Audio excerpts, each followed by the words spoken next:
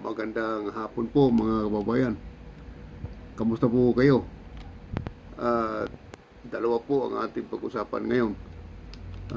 Tungkol po kay Leni Robredo na nagyabang po na ayaw niya ma-disqualified si Bongbong Marcos dahil kaya niya daw po talunin sa darating na eleksyon. Yan po yung pag-usapan natin. At pangalawa po ay tungkol po sa kay Inday Sara Duterte Carpio, sapagkat meron po kasing patuloy na mga grupo dyan sa Mindanao na humihikayat sa kanya na si Inday Sara daw po ay gusto nilang ilalagay doon sa line-up ni Isko Moreno. Yan po. So bago po tayo magpatuloy ay mag-subscribe po kayo sa ating video upang patuloy po ang updates sa ating pag-uusapan. Kaya po ng ating pag-usapan ngayon, itong si Leni Robredo ay nagyabang na kaya niya daw pong talunin sa darating na eleksyon si Bongbong Marcos, mga kababayan. Dito niya daw ipapakita na kung ano daw po ang nangyari noong 2016, na sapagkat yun po ay nagkaroon daw po ng konting problema sapagkat na-implementahan lang daw po ng kampo ni Marcos sa kanyang mga social media. Yun po yung sinasabi ni Leni Robredo, mga kababayan. At ayaw niya na ma-disqualified si Bongbong Marcos at kanyang sa kanyang paniniwala kasi ay tatalunin niya si Bongbong Marcos sa darating na eleksyon. Yan po, mayroon pa po siyang pahabol pahabol. Dito raw niya po maipapakita yun kung ano ang nangyayari, katulad nga po noong 2016 na kanyang ipinagmamayabang na tinalo niya si Marcos. Hindi daw po siya nandaya, at dito makita uli na malinis ang kanyang panalo laban kay Bongbong Marcos, at uli ay patunayan niya ngayong darating na eleksyon na kaya niyang talunin si Marcos. Yun po yung sinasabi niya. Sinabi pa niya na yun ngang nakapaligid mga social media kay Marcos ay yun na po ang malaking naibibigay na impluensya sa kanya. Yun po yung kanyang sinasabi. Sabi pa niya rito, at napaniwala daw po niya ni Bongbong Marcos ang mga taong bayan doon sa issue na yun, mga kababayan. Matindi po, mabigat yung kanyang sinabi dito, mga kababayan. Sa kanyang pagyayabang ay naniwala talaga siya na ngayong darating na eleksyon ay kaya niyang talunin si Bongbong Marcos, mga kababayan. Kaya ito ay maganda abangan, mga kababayan, kasapagkat noong una na maaga pa lamang ay basang-basa naman o kitang-kita naman sa kanyang pagkilos na yung gusto niya talaga na ma-disqualified si Bongbong Marcos. Pero ngayon, naiba ang ihip ng hangin, mga kababayan. Dahil nga nakita nila na mukhang malabo ma-disqualified si Bongbong Marcos dyan sa Comelec. Kaya naiba yung ihip ng hangin, mga kababayan. Kaya sinabi niya na kaya niya talunin sa eleksyon si Bongbong Marcos. Ibinaliktad niya po na kasi palibhasa ay na may kalabuan nga yung disqualification kay Bongbong Marcos, kaya niya nasabi niya ito. Kaya nagmamalaki siya na ay papatunayan niya daw dito, mga kababayan, gaano kabigat o mabigat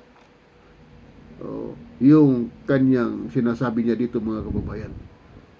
Bakit noon hindi niya sinasabi na yung disqualification ay gustong-gusto niya laban kay Marcos? Yun nga po yung sinasabi natin dahil nga nakita nila na malabo nga ma-disqualified si Marcos.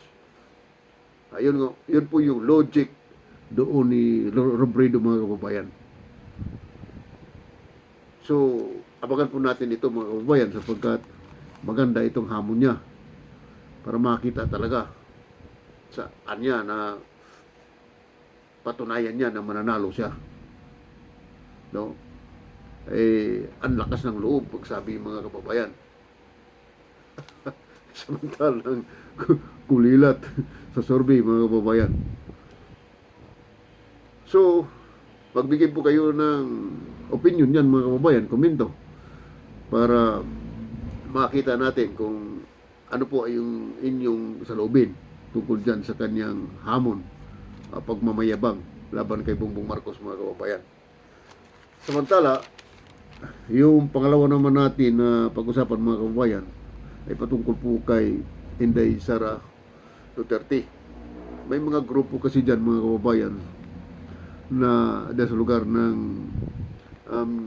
Mindanao na patuloy pa rin po na humihikayat kay Inday Sara at gustong ikabit siya doon sa kay Isko Moreno mga kababayan. Yun po yung sinasabi ng mga grupo na humihikayat sa kanya. Pero alam niyo mga kababayan, si Inday Sara kamakailan ay nagsasabi na ng totoo na dito lamang daw siya sa kay BBM sapagkat nariyan po yung kanyang katapatan mga kababayan. Alam mo ito mga kababayan, itong unity team nila ni Bongbong Marcos at Inday Sara ay solid na po ito, buo na. Hindi na pwedeng buwagin ito mga kababayan. Ayaw ko naman sa mga taong mga naghihikayat nito na ilagay nila, gusto nilang ilagay si Sara doon sa team ni Isko Moreno. Ibig sabihin, aalisin si Doc Willie Ong para ipapalit si Inday Sara. Parang ganun po ang ibig sabihin no. Pero hindi na po sapagkat sinasabi ko na ang unit team na ito ay buo na po, solid.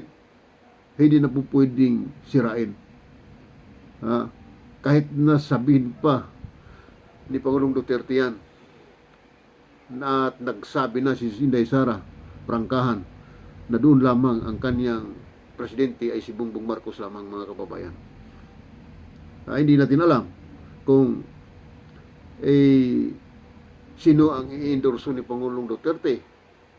Kaya nga po, sinasabi natin nga kahit sino pa ang i-endorso ni Pangulong Duterte dyan, ay nakapagsabi na si Inday Sara na hindi siya si Bongbong Marcos lamang ang kanyang Pangulo, endorso man siya ng kanyang ama sa ibang partido, ay hindi na po, wala po ang loyalty doon ni Inday Sara mga kababayan.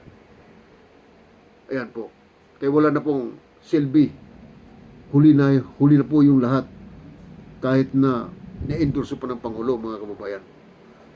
Sa ngayon mga kababayan ay hindi pa natin alam kung sino talaga yung basbasan ng Pangulong Duterte. Pero sa palagay ko ay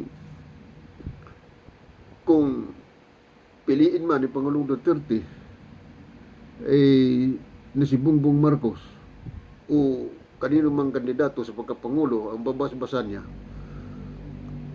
hindi na po magkaroon ng pagbabago yan mga kababayan. Kundi pagkos ang unity Bongbong at Sara ay lalo pang lalakas yan mga kababayan. Wala na pong pwedeng sumira dyan sapagkat ang supporters o botante ng unity mga kababayan ay solid din po yan. Wala na sinong pwedeng sisira dyan mga kababayan. Kaya dito mga kababayan ay malinaw na prangkahan na sinabi ni Inday Sara na si BBM lang ang kanyang Pangulo. Kaya para sa ibang mga kandidato, mga kababayan, ay malabo na ang iba. Kahit na i-endorse pa ni Pangulong Duterte, ay malabo na mga kababayan. Sapagkat sinabi na prangkahan ni Inday Sara na doon lamang siya, ang kanyang Pangulo ay si BBM lamang. Yan po. At malabo na ang iba pang mga mayroong dideclare ng ibang partido. Hindi na po obra yun. Kaya mga kababayan ay magkomento kayo dyan at inyong aralin yung mga isyong ito mga kababayan, sapagkat lalawak pa ito sa mga susunod na araw habang wala pang endorsement si Pangulong Duterte kung sino nga yung presidente na kanyang suportahan. Pero sinasabi ko po sa sarili ko lang opinion mga kababayan, ay malabo na ang ibang kandidato na kahit pa sabihin ni Pangulong Duterte kung sino suportahan, hindi na po nila makuha yan si Inday Sara mga kababayan. Yan po yung pananaw ko dyan. So, pansamantala mga kabayan, ay yan lang muna ang ating updates. At maraming salamat po sa ating mga kababayan na nanonood sa aking video. At sana po ay pagpalain kayo. Thank you.